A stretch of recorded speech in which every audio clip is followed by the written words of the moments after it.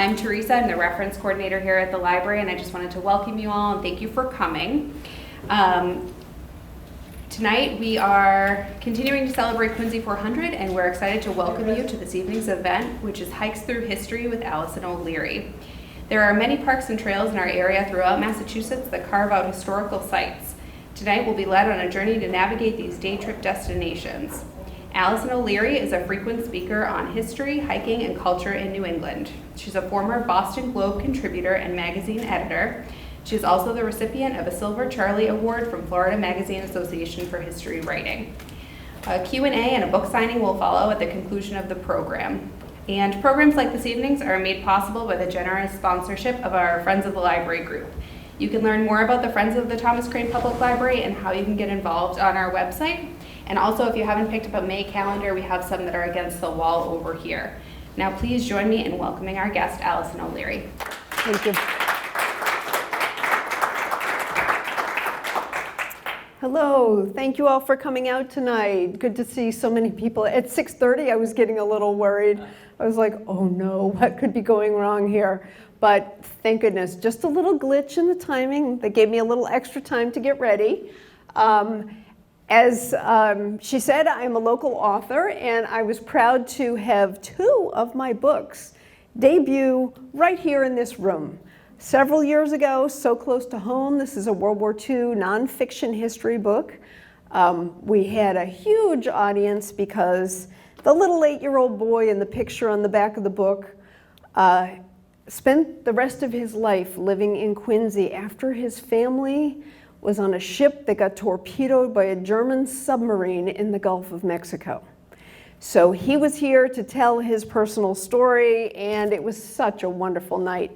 I also had great fun when I brought my abandoned ship book here to Quincy. It was the first time I had done the program on it, and I remember this clearly. As I was getting set up, a whole bunch of kind of big burly guys came in and sat in a row across the back of the room with their arms folded on their chests and Navy hats on. And I was like, oh my goodness, I better be on my game tonight. At the end of the program, I think they were satisfied that I told a good story and that my facts are pretty ironclad. Again, another shipwreck story from World War II, lots of excitement in that story. And I love to sort of do an icebreaker and tell you how I got interested in history as a kid. I grew up out in the town of Hopkinton where the Boston Marathon starts. Number 6 out of a big family of 7. Mom is there in the back if you want to say hi to her. She's along for the ride tonight. When I was following one of my older brothers around the backyard one time, he had a golf club, and I was thinking, what kind of trouble can we get into with that, you know? So he goes out in the backyard, and he's about 12 maybe, and swings that club hard and ripped a huge divot of grass out of the ground. And my first thought was, Dad is gonna kill you. And then I looked down, and in that patch where the grass was torn away was a gold coin. It said California gold piece 1875. And as you can imagine, as a 10-year-old kid, boy, it got the wheels turning in my head. How did that get here? You know, we knew that our neighborhood had been a farm at one time, that there had been a railroad line down the street, sort of a thing, but it really got me thinking, how does this place, how do I fit into this history? And I was off to the races. I've always loved history and always loved the outdoors. So when we were writing these books, this is the first edition that I was involved in, and this is the more recent second edition, 60 hikes in each of them. And I always wanted to sneak in some information about the history of the area where the hike is located. And my editor kept saying, could you cut this down? Could you back up a little bit on this? Just the facts, ma'am. We only want to know where the trails go. And, you know, if you go around the pond this way, or if you take a left at the fork in the road or whatever. And I said, okay, I'll do what the editor says, but I had to get the history out somehow. So that's how we ended up here tonight. And The fun part, oh, this is another book that I did called Inns and Adventures, which is more New Hampshire and Vermont based. The best part about this Hikes Through History and the Best Day Hikes Near Boston book is that it's all very local. So you don't need all of this equipment and all of this gear and a lot of planning. You can simply flip the book open and decide where you want to go, very spur of the moment. And speaking of moments these days, boy, getting outdoors, doing a little bit of hiking, just reconnecting with nature, you realize how much of a stress reliever it truly is. Because I think we're all a little wound up these days, could use a little more time outdoors, forest bathing, as they say in other cultures, relaxing, reconnecting with the earth, and just letting go of all that stress and anxiety. It is proven, and I certainly am not a doctor of any sort, but it is proven that being outdoors in nature releases endorphins, reduces the cortisol in your system, lowers your heart rate, and when you get home, you feel refreshed and so much better. So as I said, this book offers 60 different opportunities from Cape Ann on the North Shore to Wellfleet on Cape Cod, many different places to hike, and because it's the Appalachian Mountain Club's guidebook, they offer great graph of information here as far as the length of the hike, the difficulty, and whether you can bring your dog, whether you can arrive by public transit, and all of that good information. So let's start with the cycle of land use in New England and how the Native Americans would burn the land to create new undergrowth that attracted game and allowed them to hunt a little bit better. European settlers came in and started to cull all of the big old growth timber to start their industries, build ships and buildings. All of those rocks that were in the way of pastures and farm fields became stone walls. And for a long time, people subsisted on what we refer to as beef, bacon, and butter farms. Now, I wish I had coined that phrase. I really like it. But it's actually from a professor from University of Connecticut, Robert Thorson, who wrote a book called Stone by Stone. He moved to New England from another part of the country. And when he came here, he looked around, he said, look at these stone walls. Everywhere you look, there are stone walls running up into the woods. They're between homes. This is amazing. And so he started to study the stone walls that you and I probably take for granted. We don't think another thing about them because they're everywhere. They always have been. Well, Professor Thorson estimated that there's about 240,000 miles of stone walls in New England, which is enough to go to the moon and back. And he, of course, wrote a book about it and coined that wonderful term, beef, bacon, and butter farms. So over time, the forest regenerated, of course. So when we look into the woods, this is what we tend to see these days. The stone walls, the skinny trees, because the cycle of forestry has come back again and again and taken the trees down. These pictures are from the Harvard Forest in Petersham out by the Quabbin Reservoir. It's a fabulous little museum that has its own walking trails, and of course the Quabbin has wonderful walking trails as well. But these pictures are from their museum there. I wish I knew where all the light switches were, but anyway. Back when the first settlers came to New England, they had to clear those fields, and you can see the stone walls ringing the garden there. From what I understand, if you look at a stone wall these days, and it has big stones and little stones, that was around a tilled field that they were using for crops. If it's just big stones, that was around a pasture, because they didn't have to bother with the little stones. But you can imagine that the first settlers came to New England, and they thought the land was cursed, because they would no sooner get one of those stones out of the ground and roll it to the side of the field and all of that energy and all that exertion, and the next year there'd be another one in its place. And then the next year there'd be another one in its place.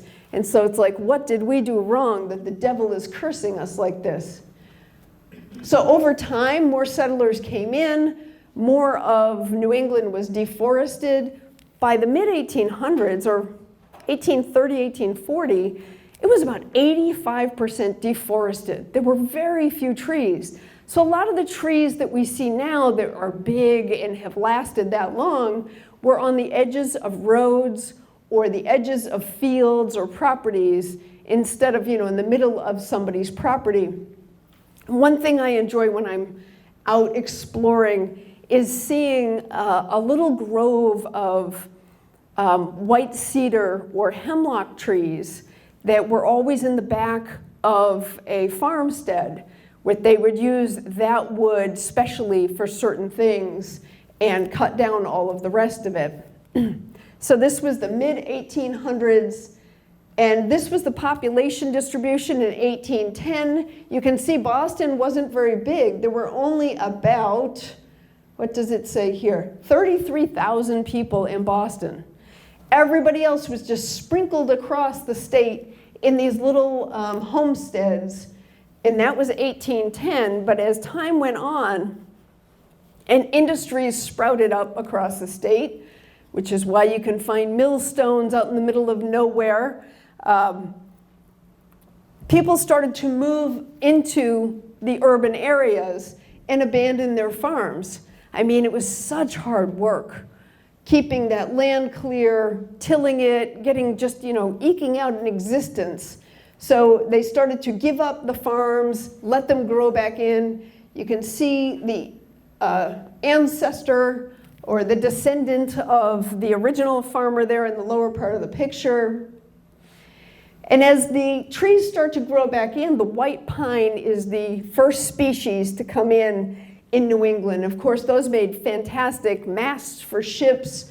So here are some men down here with a big crosscut saw, cutting them down so that they could turn them into lumber and make use of them in industries. After the white pines come the hardwoods, and they start to fill back in. This is the first known Amazon delivery truck in the state of Massachusetts. They made good use of all of that wood, tying it together with twine for boxes as the industries started to grow and they were shipping things around the country. And then this is the same plot of land, but completely overgrown, and here's the descendant of the original homesteader there in the 1940s. He actually has time to paint the scenery because instead of working 7 days a week, maybe he's only working six and a half. As people started to have leisure time. And this is what happened to our towns.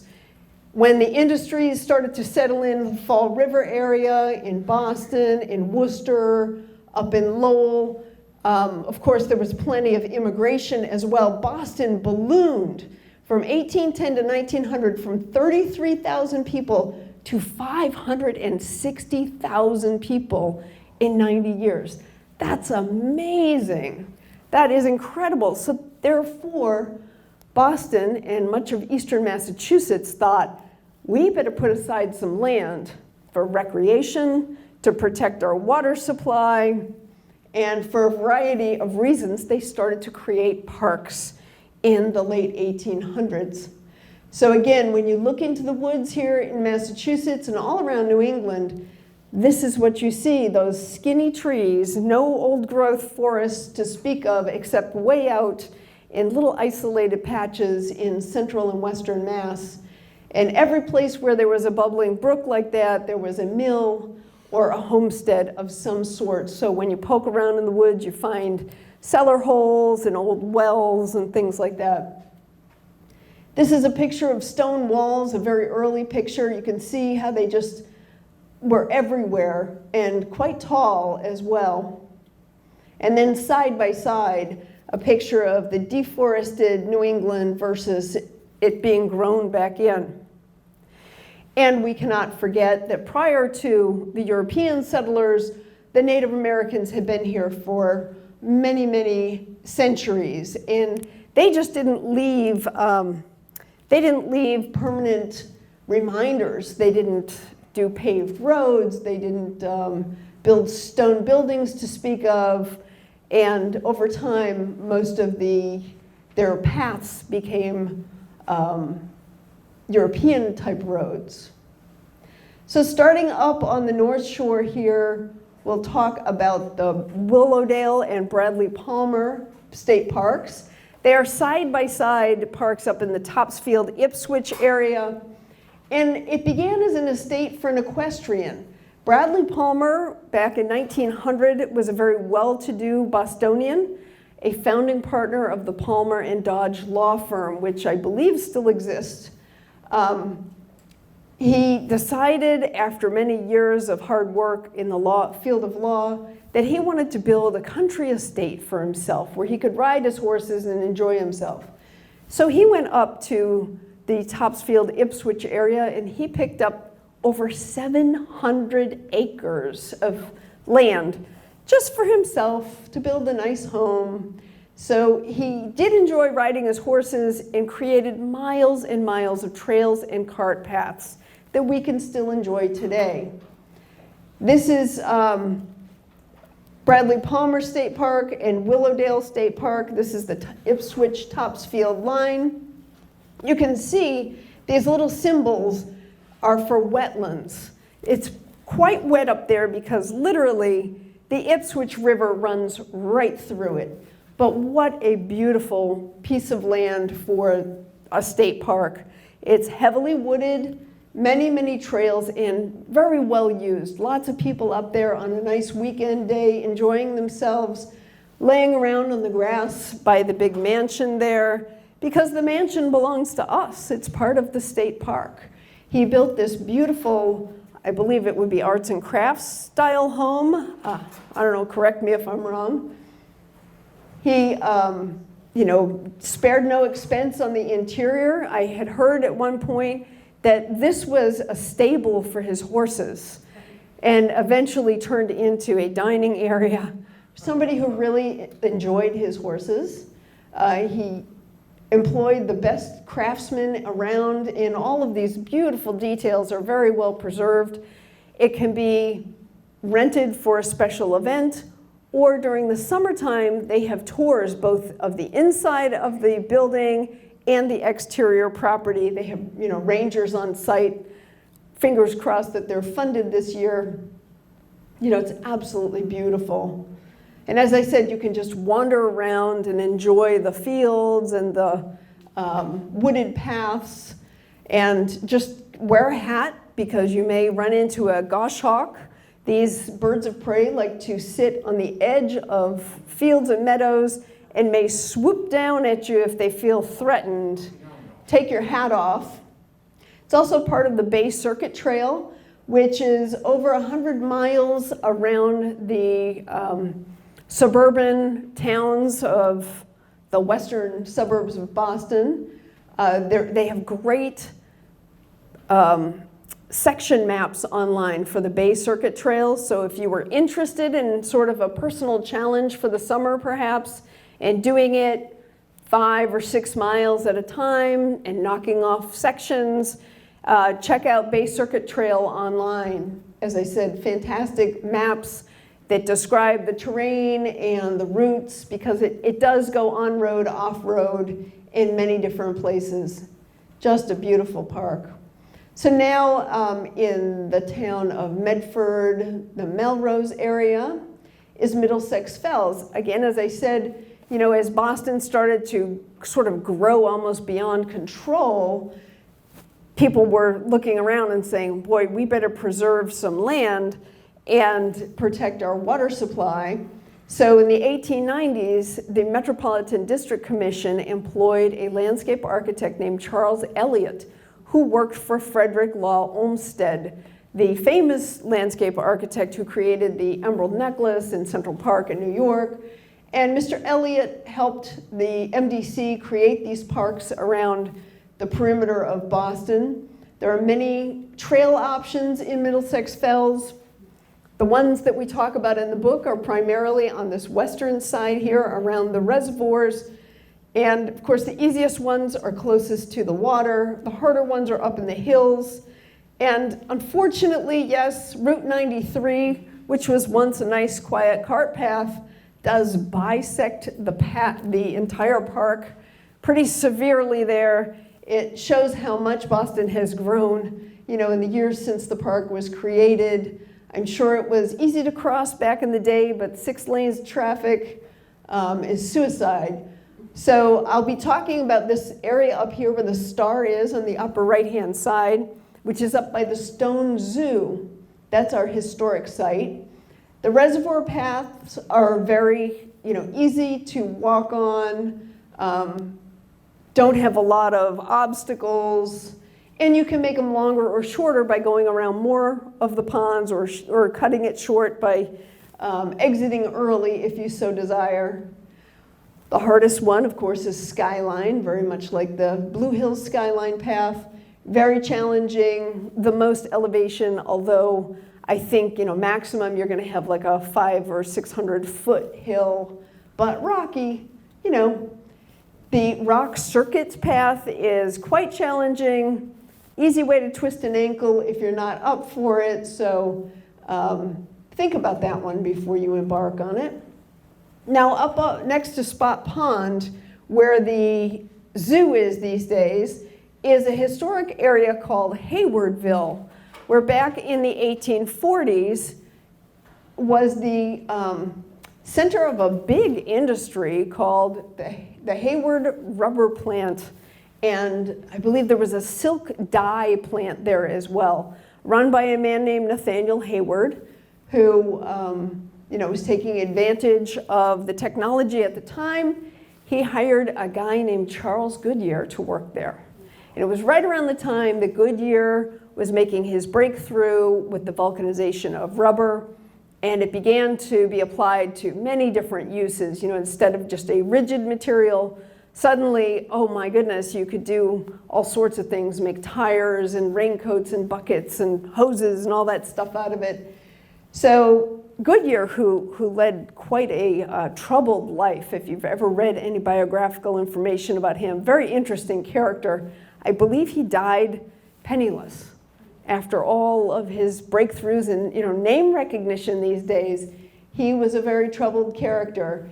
And Hayward, I'm not sure what happened to him, but over time, the factories were no longer viable. So like thrifty New Englanders, instead of tearing down these buildings or just boarding them up and letting them rot, each one of the buildings from Haywardville were carted away for use in the surrounding towns. Very interesting. So when you go to Middlesex Fells, you won't see this scene here. It's just an empty area, but they do have ranger tours that will take you out there and explain the different industries and the locations of them from 150 years ago. This is where the ranger tours take off from. It's called Bothume House, and it's right on the shore of Spot Pond. Now moving down to the city of Lynn, which has a lovely large municipal park called Lynn Woods, 2,200 acres, created at roughly around the same time, has a lot of wetlands. I wonder why all these wetlands areas became parks, huh? Because they were unbuildable maybe. But they're, wetlands are good, certainly, and they certainly have a lot of animal life, a lot of wood thrush, barred owls. I love to go to places like that just to listen. It's so wonderful to try and pick out the different bird songs and figure out what else lives there. It also has a crazy, crazy, but true legend attached to this park. So within Lynn Woods, there are lots of things to see. I focus generally on this section above Walden Pond. That's not the Concord Walden Pond, that's their own Walden Pond. In here somewhere, let me see. I don't know if I can see it. There's a spot called the Wolf Pit. And I was reading on Lynn's historical website about the wolf pit and what it was all about. And back a few years ago, the Historical Society in town decided that they wanted to know too, why do we call this the wolf pit? It was like a stone-lined hole in the ground. And they thought, what did we do with this back in the day? We can't figure it out. And someone looked back in the old newspapers and discovered that, in fact, the county constables were paying a bounty for the pelts of wolves that were attacking livestock in the area. Can you believe that in Lynn? Pretty incredible. But there's also, this is the barred owl. That's the Who Cooks For You owl. And the wood thrush has a wonderful trilling sound. It sounds, I certainly can't copy it, but the tone goes up and then back down again. I love to hear it when I'm out in the woods. There's also a 40-foot tower built by the Civilian Conservation Corps in the 1940s. And it's something that you can visit and climb up if you're interested for a view from the top. The CCC was created by the Franklin Delano Roosevelt administration in the late 30s, early 40s, when Americans were there were 5 million people out of work and hungry, starving. They couldn't find jobs. There were no services like, Social Security to take care of them at that point in time. So the CCC literally put people to work on municipal projects like this. They created a lot of the roads in our parks, the drainage, the culverts. They built a lot of these sorts of towers and things, kind of make work, just hoping that the Depression would pass and the economy would come back and they could get back to real jobs. So again, that's in Lynn Woods, as is this fabulous, crazy place called Dungeon Rock. Has anyone heard the legend of Dungeon Rock? All right, Dungeon Rock is way up in the woods in Lynn Woods. Not so hard to find. I think there are signs that point you to it. You'll never believe this. This is 100% true. Well, at least 50% true. So the beginning of the story says that way back in colonial days, a ship was coming into the harbor up there, and townspeople set off the alarm. Who is that? What are they doing here? I think it's pirates. What do we do? So they called the British constables to come check out things. What's going on with this ship that was coming into town? They were worried. The constables went down, the redcoats, and they accosted these men who were rowing ashore. And the men were pirates, and they had a chest of pirate booty with them. And the constables, said, "What are you doing here?" And there was a scuffle, and the pirates fell dead, and one of the redcoats fell dead, and one of the pirates got that chest of booty and scooted up into the hills. And he hid under this giant leaning rock called Dungeon Rock. And somehow, hang on. Oh, sorry, I know you can't ask questions. Okay, so somehow he ended up living in harmony with the people of Lynn for the rest of his life. I don't know. If I were living even back then and I had a chest of pirate booty, would I be living under a rock? Ask yourself. Really? So that's the kind of unbelievable part, but it gets better. There was a seismic event at some point in time. That big leaning rock fell, crushed the pirate, and buried him and his treasure forever, never to be seen again. In the 1880s, a guy named Hiram Marble comes to town. This is the verifiably true part. Still crazy. Hiram Marble believed that he could commune with the dead. He did seances, and he sold the people of Lynn on this belief that he could talk to their family members who had passed. And so he showed up and said, "The pirate told me to dig under the rock and recover his pirate booty." And the people of Lynn said, "Okay, go for it, man. You know, we're not going to stand in your way if that's what you want to do. So he would do seances and sell information about people's deceased relatives, just enough to keep himself together, to get food and stuff.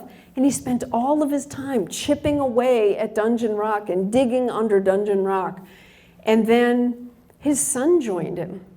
And they joined forces, and they were chipping and constantly working at that rock and selling seances.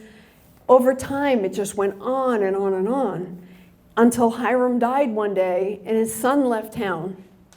And the proof that that story is at least half true is a 120-foot hole that goes down below Dungeon Rock that is open to the public much of the time when the park is open.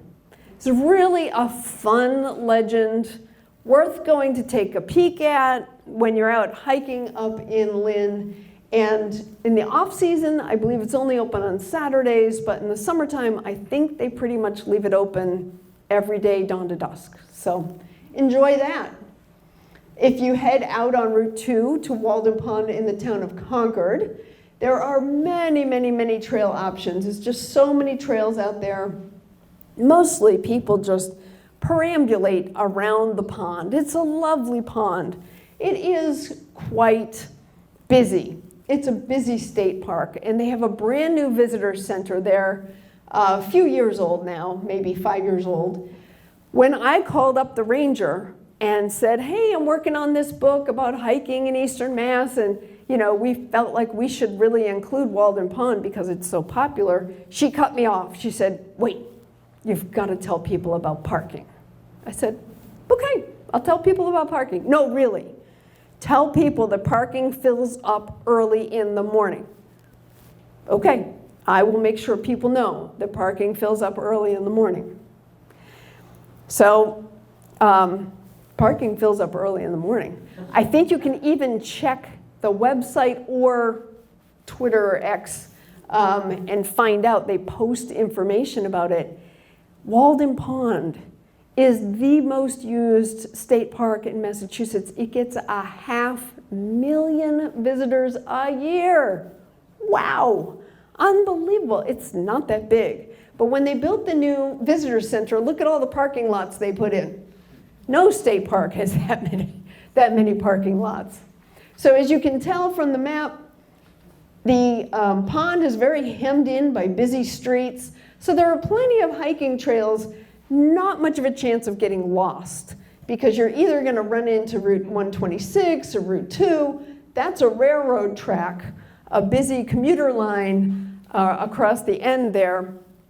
But you know, when things get a little too crazy at Walden Pond, this is a secret between you and me. What I like to do is go across the railroad tracks. That's where Walden Woods is. You remember Don Henley and the Save Walden Woods initiative?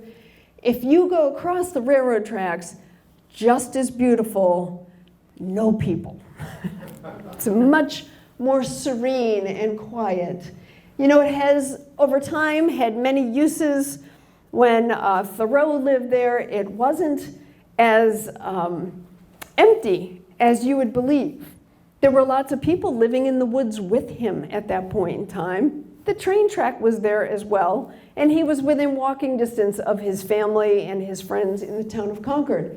So over time, it's sort of been restored to a more natural, bucolic place. It was once a big campground. It had a ballroom and a Ferris wheel that I believe burned down back in the 20s and were never replaced. So it has been a very, very popular swimming hole since Lord knows when. I think my great-grandparents might be in this picture somewhere. Just gets so busy in the summertime. So it can be a little difficult to find the serenity that Thoreau talked about in his book, Walden. You know, when he was able to live there for 2 years, 2 months, and 2 days and just soak in nature and think about nothing more than the passage of time and the cycles of nature. But he's the reason why the park is so popular. The new visitor center has many artifacts from his era and talks a lot about Thoreau's time at Walden Pond. And in the back room, there is a looping video of Don Henley talking about Walden Pond with some beautiful scenes. You know, it's very nice to go see. It's nice that parks have that kind of support. I prefer to either zip over to Walden Woods or go in the off season on a rainy day during the week when there are fewer people around, you know, sort of like what Thoreau experienced. One thing that I really enjoy that he was inspired to write when he lived here is his wonderful essay on walking. It was published in the Atlantic magazine. I believe it was after his death. I think he wrote it in 1851, and it was published in the 1860s. If you ever get a chance, just Google Atlantic Thoreau walking, and it's just a wonderful, long discussion about the pleasures of just getting out into nature walking. And he never took his cell phone with him. Here's part of it. I think that I cannot preserve my health and spirits unless I spend 4 hours a day at least, and it's commonly more than that, sauntering through the woods and over the hills and fields, absolutely free from all worldly engagements. Moving down into the South Shore now, let's see, we're at Burridge Pond, which is a wildlife management area.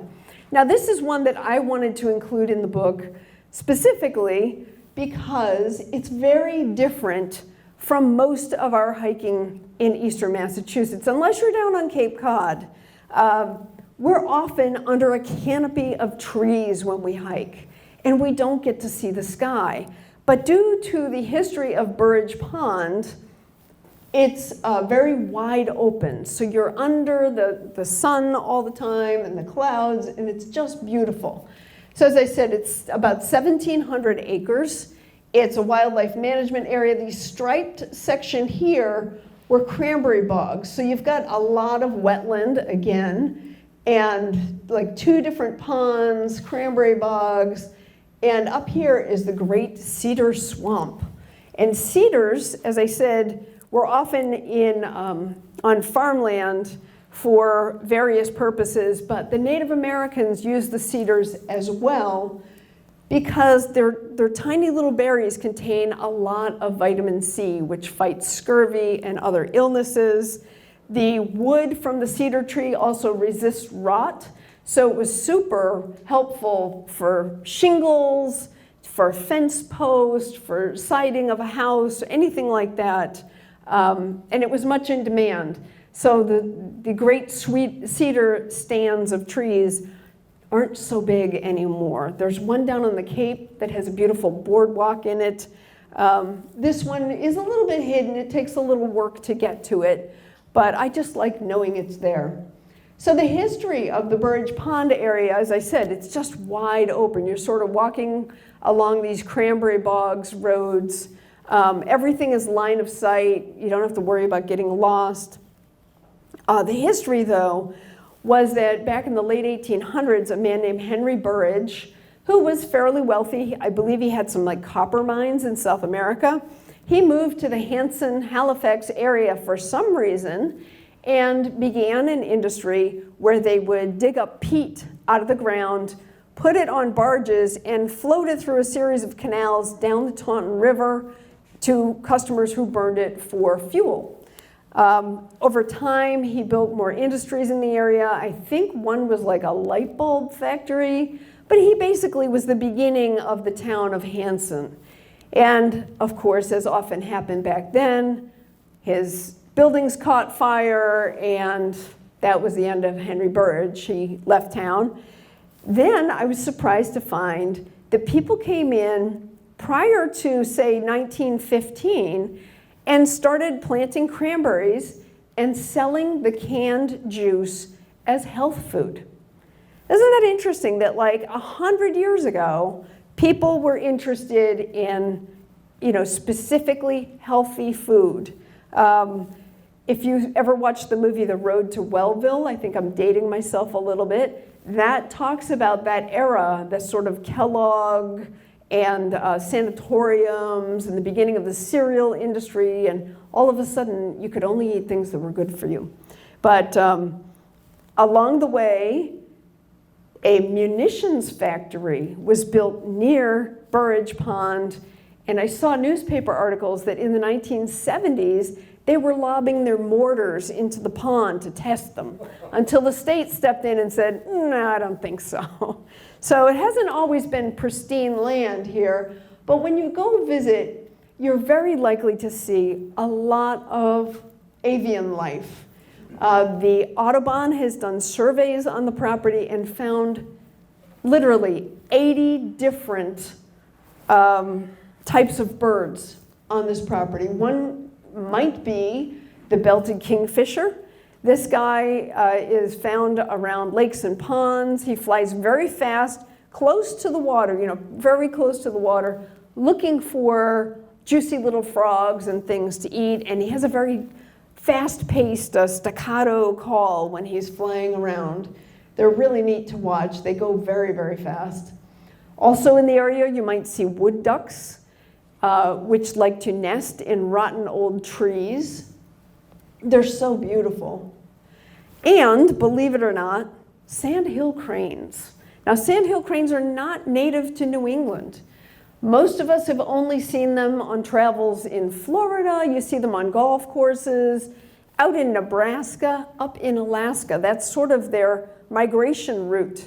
They started to show up here at Burridge Pond a few years back, and the Audubon folks said, that's weird. They must have gotten blown off course. But they kept coming back and nesting and raising their young here.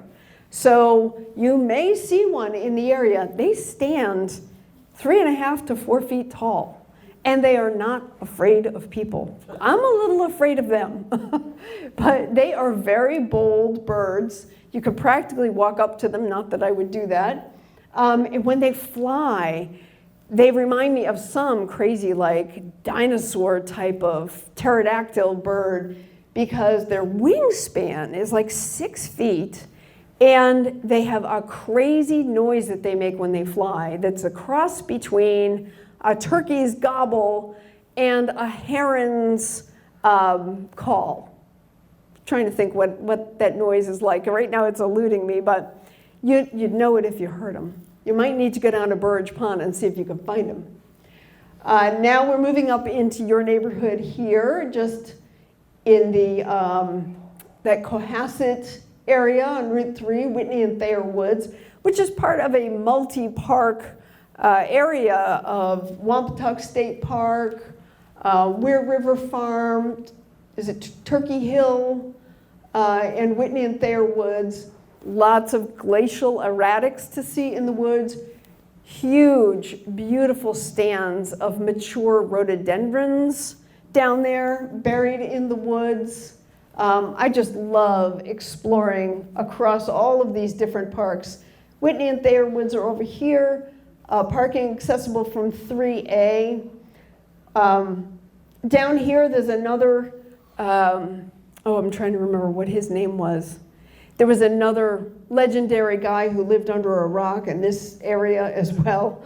Funny how that happens in Massachusetts, I don't know. But you can crisscross, in between all of the different properties. Whitney and Thayer Woods, as I said, has just spectacular glacial erratics to see along the trails. But it started out with Henry Whitney, who owned many streetcar lines in the Brookline, Massachusetts area back in the mid to late 1800s, a very well-to-do man. And he was featured in a great book written by a former Boston Globe reporter called Doug Most. The name of the book, and you may have seen also, it's a documentary on PBS called The Race Underground. Henry Whitney, as I said, owned streetcar lines, but he wanted to be the first person to start a subway. There was a competition between Boston, New York, and London to build the first subway in the world. And he was at the forefront. And in the book, The Race Underground. Doug Most does a fantastic job of describing what the cities were like back in the 1870s, 1880s. A lot of these streetcars and other vehicles of the day were pulled by horses. Now give that a thought. If you were standing on a street corner in Boston in, say, 1875, and horses were passing constantly, this direction, that direction, that direction, the city was full of horses. Combine that with like a hot August afternoon, and you realize why Henry decided to build this little cottage down on the cliffs of Cohasset and get out of the stinky city and enjoy the fresh ocean air in the summertime. So he had quite a lovely estate down there. When he died, he passed it to a trust, which is now the Trustees of Reservations, a wonderful organization, a private nonprofit that administers a lot of parkland in Massachusetts, over 100 properties. Beautiful, and I bet there's a pass here at the library that you can borrow to go to any of the trustees' properties. Whitney and Thayer Woods, in the summertime, it's worth checking the trustees' website if you're interested in going down there, because now they're doing a lot of special events. And a year or two ago, Whitney and Thayer Woods had like a Wednesday night food truck, acoustic music thing going on in the parking lot. Sounded like a lot of fun. You know, you do a little hiking, you come back, you get a snack, and you hang out with like-minded people. Same goes for a lot of the trustees' properties on different nights of the week. So on those contiguous properties, Weir River Farm, Turkey Hill, were a lot of munitions and nuclear missile silos back during the Cold War. Fortunately, all of that has been turned back to nature, from what I understand. This was a Nike missile. It's now in the Smithsonian. Used to be in somebody's backyard down there in Hingham. This is what's left of the silo. I read a few years ago that somebody wanted to turn it into a small museum to the Cold War so that folks remembered what it was like to sort of be on pins and needles about, are our missiles ready to go? Are their missiles aimed at us? You know, that all of that terrible way to live. But now you can sit back and enjoy the fields. Many fields remain open. You know, they don't let them grow back in the way they used to because they want these bird species to repopulate. There are meadowlarks and bobolinks. And I feel like I have reached the peak zen when I can sit and just quietly watch the birds in the grasses. And you see these things are so tiny and they're so lightweight, their bones are literally hollow. They can perch on a single blade of grass. And I don't know if it's just me getting old, but I just love watching that sort of thing these days and just chilling out to that. So now have we reached Quincy, the Blue Hills, the Braintree line, also created around the 1890s with the creation of reservoirs on the property. A lot of land was taken up in the 1890s, as I said, not just for parks, but to ensure Boston's water supply. Out as far as Wachusett Reservoir in the town of Clinton. That's a 4,000-acre reservoir created for the city of Boston's water needs. Many reservoirs between Clinton and Boston were created along the way to make sure Boston would have water. Similar here in the Blue Hills, created mainly for Boston's water supply, also just to give people a place to catch their breath. Lots of cart paths there. I highly recommend, and I'm sure many of you have been hiking in the Blue Hills. I am a pro at getting lost. I kid you not. I look at this map and my head just spins. I recommend you download a tracker, a GPS tracker on your smartphone. I use one called GaiaGPS.com, GAIAGPS.com. There is a free version, very easy to use, it's very intuitive. I use the paid version that allows you to download maps and use it anywhere in the world. It's $20 a year, real, gonna break your bank account. But here in the Blue Hills, I get lost like nobody's business. I mean, this map looks like a bowl of spaghetti spilled on the floor to me. I just cannot make sense of it. And then they put numbers at the trail junctions. And I look at the map and I look at the number and I'm like, I have no idea where I am. So I was able to hook up with an Appalachian Mountain Club hiking group a few years back, and they called it the Winter Conditioning Series. What a fantastic investment of time it was for me, personally. We did weekday hikes that lasted 2.5, 3 hours.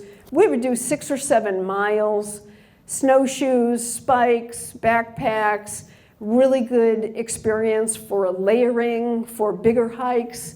And I got to hike all over the Blue Hills, guided, never got lost. They didn't leave me anywhere. Met some really fun, cool people. And this is also where I like to pitch for different hiking groups in the area. If you want to go hiking, you don't want to go alone, or you think it'd be fun to go hiking and meet people, talk to your local librarian. They're great resources for things like that. There's also tons of Blue Hills hiking Facebook groups and meetups, meetup.com. I used that a lot when I lived on the South Shore. I really didn't know that many people. Fantastic way to meet people and to go explore new places. So the stone building and lookout tower at the top of Great Blue Hill, which is a fairly simple hike, I think it's 600 feet, real close to the Trailside Museum, is named for Charles Eliot, the landscape architect who did so many wonderful things in the Boston area. Eliot Tower, and you can climb up it and have this beautiful view. When we were working on the first version of the book, I remember getting in touch with the Friends of the Blue Hills and saying, hey folks, we need some pictures for the book. Can you help us out? We got so many pictures of wildlife. I was like, wow, I've hiked a ton in here and I haven't seen this much wildlife. Like, how do you get these pictures? B, there were so many different animals. There were otters and muskrats and deer and, of course, rattlesnakes. As you probably know, there are rattlesnakes in the Blue Hills.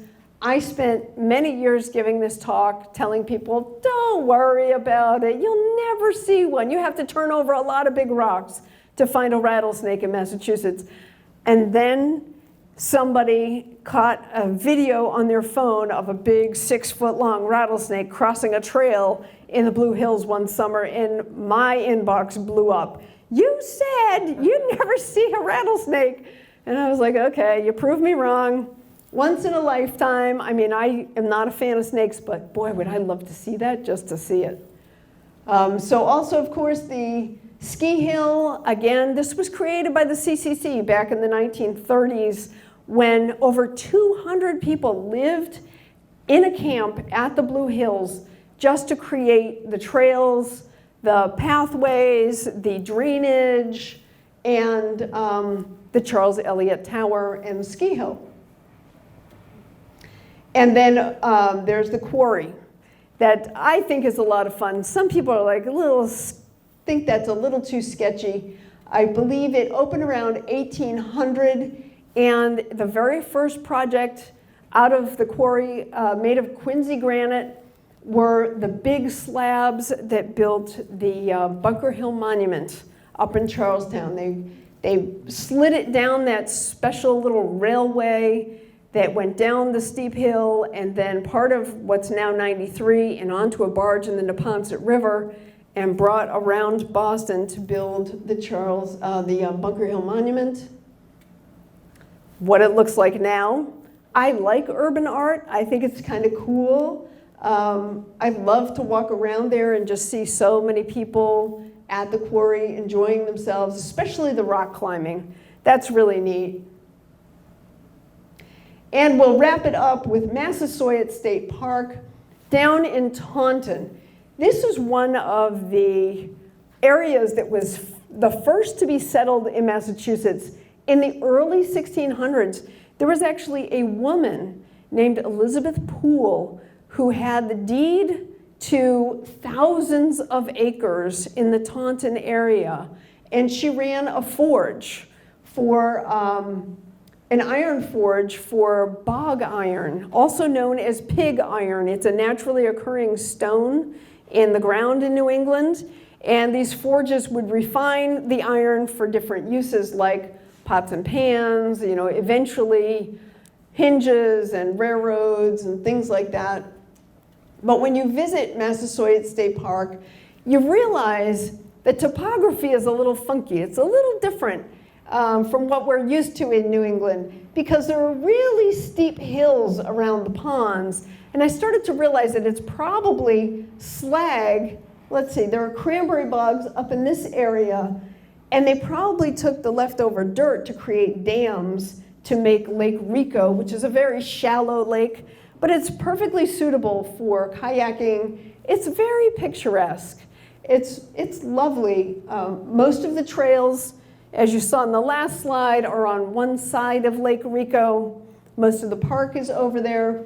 When I first found Massasoit State Park, I was appalled to find out it was closed. Like, not just closed for the day, it had been closed for years. And I went around, walked around, and saw, lovely areas like this, and I thought, why is this place closed? Well, it turns out that there had been a very terrible thunderstorm one summer that destroyed some of the infrastructure, took down some electrical poles and things like that, and the state said, we don't have the funds to fix that, close it. It was closed for a very long time. But the neighborhood rallied, and they made a group called the Friends of Massasoit, and they continued to maintain the park. And they continued to lobby to have it funded again. And by the time our book was published, the park was rebuilt and reopened. And I couldn't be happier for the people of that area. It is like this magnet for everyone from the surrounding towns. There's a lot of mountain biking there. There are various events. There is, the campground has been reopened. So you can go down there and camp for, a weekend or something. It's also a place where they release turtles that they find and rehabilitate. Turtles all across New England are endangered, believe it or not, due to overdevelopment and too many roads. So red-bellied cooters, I learned that. I didn't have any idea who that was, but red-bellied cooters are particularly endangered. And when they rehabilitate them, Mass Wildlife will release them in places like Massasoit. This is a lovely picture of bog iron, just so that you know if you trip over one. And this is a picture of a forge, an iron forge.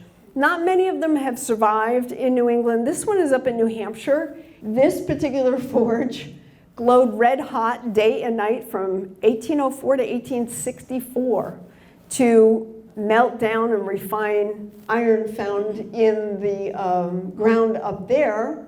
And of course was a prime reason for deforestation of the area. But yeah. Why can't I think of the town? Anyway, that's it for my talk tonight. I'll leave you with this thought. I took a walk in the woods and came out taller than the trees. I hope you enjoyed it. And if you're interested, I have books here to sign. Does anyone have any questions? Yes. So back to the beginning of with the settlers. Yes. For New England. Mm-hmm. I have a question. The settlers, it could be a stupid, I'm asking you because I'm on. Go for it. So the settlers, were they the Pilgrims? It would be after the Pilgrims. After the Pilgrims. Yeah. And also with the good year, when you're talking about the good year with The Rubber Factory? Yeah, the rubber factory. Perfect. Yeah, the rubber factory. You're talking about the Goodyear tire right now with the company. Is that what you're talking The guy who started it. Yeah, that's him. Yeah. Wow. Yeah. I didn't know that. You should read his biography. Yeah. Very interesting character. I think he, struggled throughout his life, but, on one hand he achieved great things, and on the other hand he had a pretty tough life. Yeah. So very interesting character in history. Yeah, so many things. By the way, I'm Haitian, guys, so this is very new to me. Cool. There's so many questions I can ask if I go back to look at it again, because this is all new information. Sure, So sure. I learned things. I was able to see things. Hey, we learn from each other, yeah. Exactly. And Yeah. you can learn how to write a book from you. I can't wait to read it. Well, thank you so much for coming tonight. Thank you.